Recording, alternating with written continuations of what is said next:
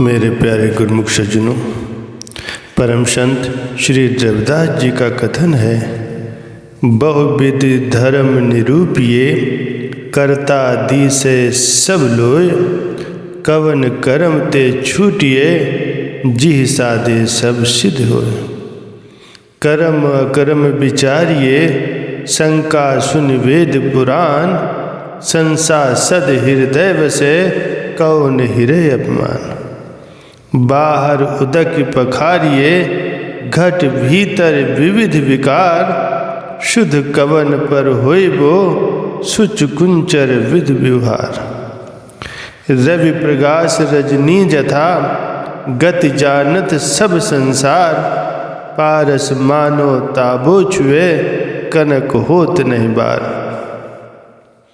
परम परस गुर भेटिए पूरब लिखत लिलाट, उन मन मन मन ही मिले छुटकत बजर कपाट।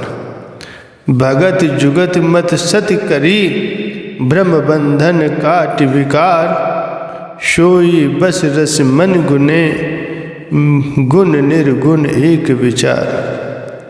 अनिक जतन निग्रह किए टारी न टरे भ्रम फास, प्रेम भगत नहीं उपजय ताते रविदास उदास। गुरुमुखों, संत अपने मन के माध्यम से संसारी मनुष्यों को चिता रहे हैं कि मेरा मन किस लिए उदास है। वो ये है कि मानव जन्म का कर्तव्य और लक्ष्य किस विधि से सिद्ध हो। अनेक प्रकार के कर्मकांड ऐसे हैं जिनको करना आवश्यक दिखाई देता है, लेकिन ये समझ में नहीं आती कि इनमें से किस कर्म के करने से आवागमन से छुटकारा मिल सकता है। कोई ऐसा एक साधन हो जिससे ये सब साधन सिद्ध हो जाए। वेद पुराण और शास्त्रों में लिखित अकर्म और कर्म का रहस्य न जानने पर शंका होती है। जब मन में शंका उत्पन्न हुई तो अभिमान को किस प्रकार से जीता जा सकता है, अर्थात ये बाहरी कर्मकांड में उलझे रहने पर कैसे वास्तविक सत्य को जान सकते हैं। बाहर से शरीर की शुद्धि तो कर ली, लेकिन अंतर में अनेक विकार भरे हुए हैं। ये आंतरिक विकार किस प्रकार से दूर हो सकते हैं, जबकि कर्म ऐसे किए जाते हैं जैसे हाथी स्नान करके पूरा मिट्टी अपने ऊपर डाल लेता है, जैसे सूर्य की रोशनी रात्रि में विलीन हो जाती है तथा अंधकार ही अंधकार छा जाता है। ये तो संसार जानता है। ऐसा लगता है जैसे पारस तांबे से छूने पर सोना नहीं बनाता, अर्थात मनमत से किए गए कर्म धर्म में समय नष्ट हो जाता है और मानव आत्म कल्याण के रास्ते पर एक पग भी नहीं बढ़ाता। पूर्ण संत महापुरुषों की सुसंगत तो तभी मिलती है जब पूर्व जन्मों की पुण्यों की पूंजी एकत्र हो और भगवान की कृपा से उनका संयोग बने। वो पूंजी हो तो सद्गुरु मिल जाए, उनकी चरण शरण एवं संगत में वज्र के समान कठोर आंतरिक किवाड़ खुल जाए। वे ही भक्ति की युक्ति बतलाकर बुद्धि को सत्यता की राह दिखा सकते हैं। उनकी संगत एवं समीपता में भ्रम एवं माया के विकार दूर होते हैं। वे ही निर्गुण एवं सगुण प्रभु का ज्ञान दे सकते हैं, जिस पर मन टिक जाए।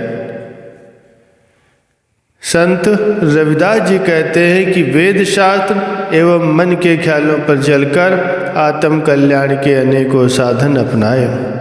मन को बस करने और माया से बचने के लिए कठिन साधना की, परंतु भ्रम की गांठ ज्यों की त्यों बनी रही। इतना कुछ करने के पश्चात अंतर में प्रभु प्रेम की लगन नहीं जागी, आत्म ज्योति की एक झलक भी नहीं पाई, इसलिए यह सदा उदास रहता है, यानी इसी सोच में डूबा रहता है। संत रविदास जी ने मानव के लिए कितना गूढ़ रहस्य सरल भाव से समझा दिया है कि मानव जब संसार में पदार्पण करता है तो माया के पसारे को सामने देखता है।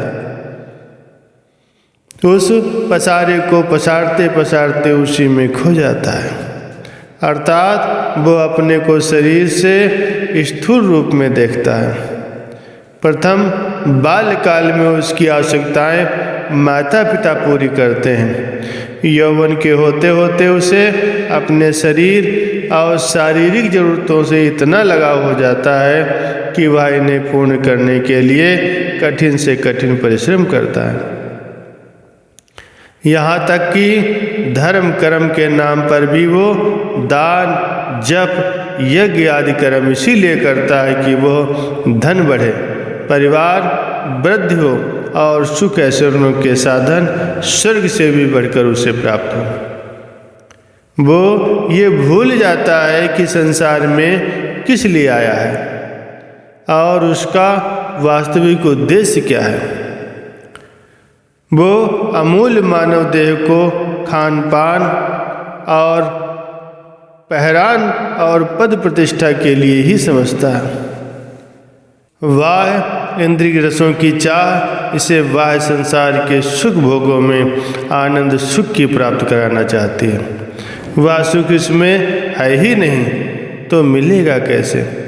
इस बाह्य वृत्ति से विषय भोगों की चाह बढ़ती है जो कि अंत में दुखदायी है। एक बार किसी संत के पास एक संसारी मनुष्य गया। उसने कहा, महाराज दिन प्रतिदिन दुख क्यों बढ़ते जाते हैं। संत ने उत्तर में एक कथा सुनाई कि किसी नगर में एक सेठ रहता था।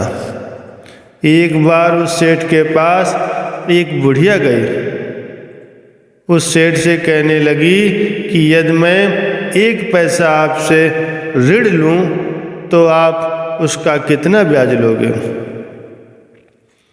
उसने उत्तर दिया कि प्रतिदिन इसे हम दुगना करके लेंगे। वो बुढ़िया पुनः 1 वर्ष के पश्चात आई। पूछा कि आपका ऋण कितना बन गया है।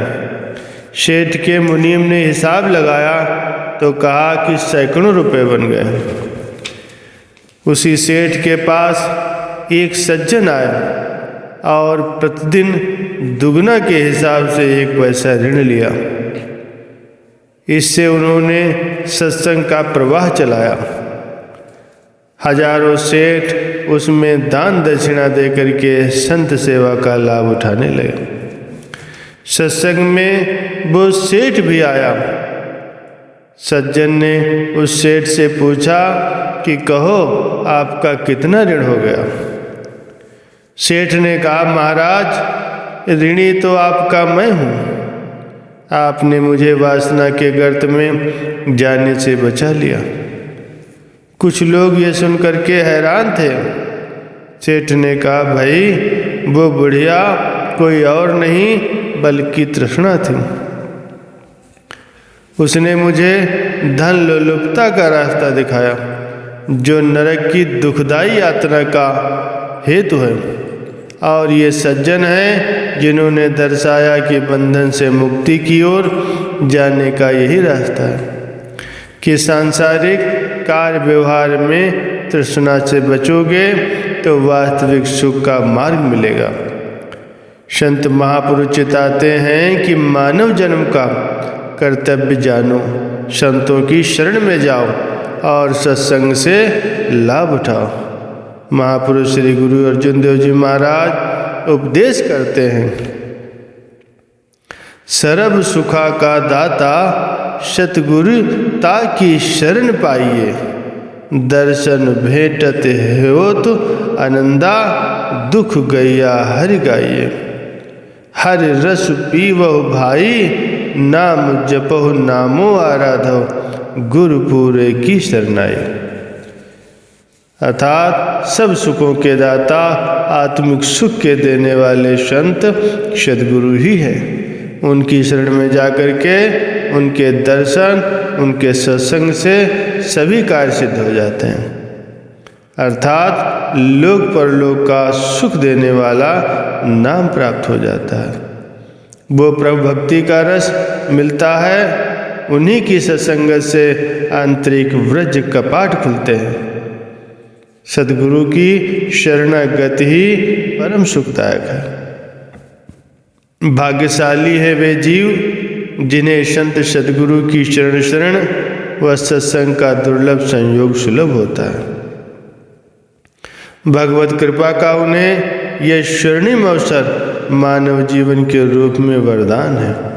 इस वरदान से पूर्णतया कार्य सिद्ध करके अर्थात हित चित्त से भक्ति के साधनों को अपनाकर प्रभु की प्रसन्नता को पाना और जीवन को सार्थक बनाना है। इसी कार्य की सिद्धि हेतु जीवात्मा को ये मानव शरीर प्राप्त हुआ है।